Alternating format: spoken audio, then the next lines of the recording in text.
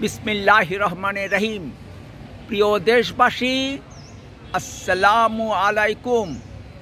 আমি সামিউল প্রধান রংপুর মডেল জামে মসজিদের সামনে দাঁড়িয়ে বলছি, 1954 সালে নির্বাচন ছিল ভাষার প্রশ্নে একটি গণভোট।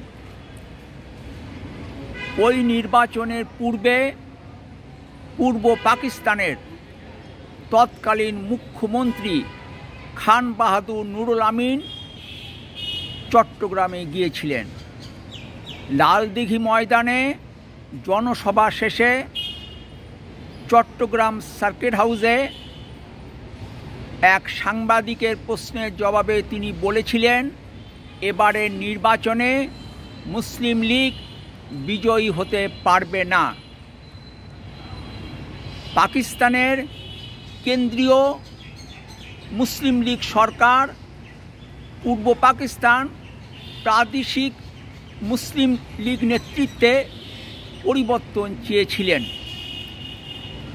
পাকিস্তানের তৎকালীন গভর্নর জেনারেল গোলাম মোহাম্মদ প্রধানমন্ত্রী বগুড়ার মোহাম্মদ আলীর কাছ থেকে পাওয়া 96,000 টাকার একটি চেক পাকিস্তানের এক কর্মকর্তাকে দিয়ে আওয়ামী মুসলিম লীগ নেতা হোসেন শহীদ সরওয়ার্দিকে দিয়েছিলেন।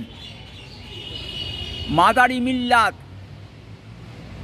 ফাতেমা জিন্না মুসলিম লীগের কেন্দ্রীয় নেতা এবং পরবর্তীতে পাকিস্তানের প্রধানমন্ত্রী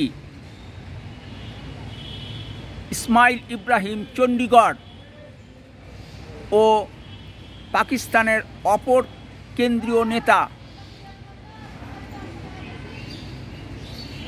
ওই নির্বাচনে জোরালোভাবে নির্বাচনী প্রচারণায় অংশ নেননি।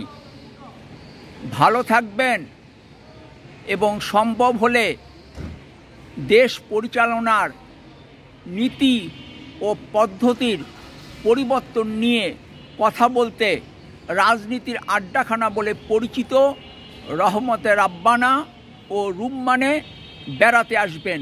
ফি আমানিল্লাহ। আল্লাহ হাফেজ। বাংলাদেশ জিন্দাবাদ।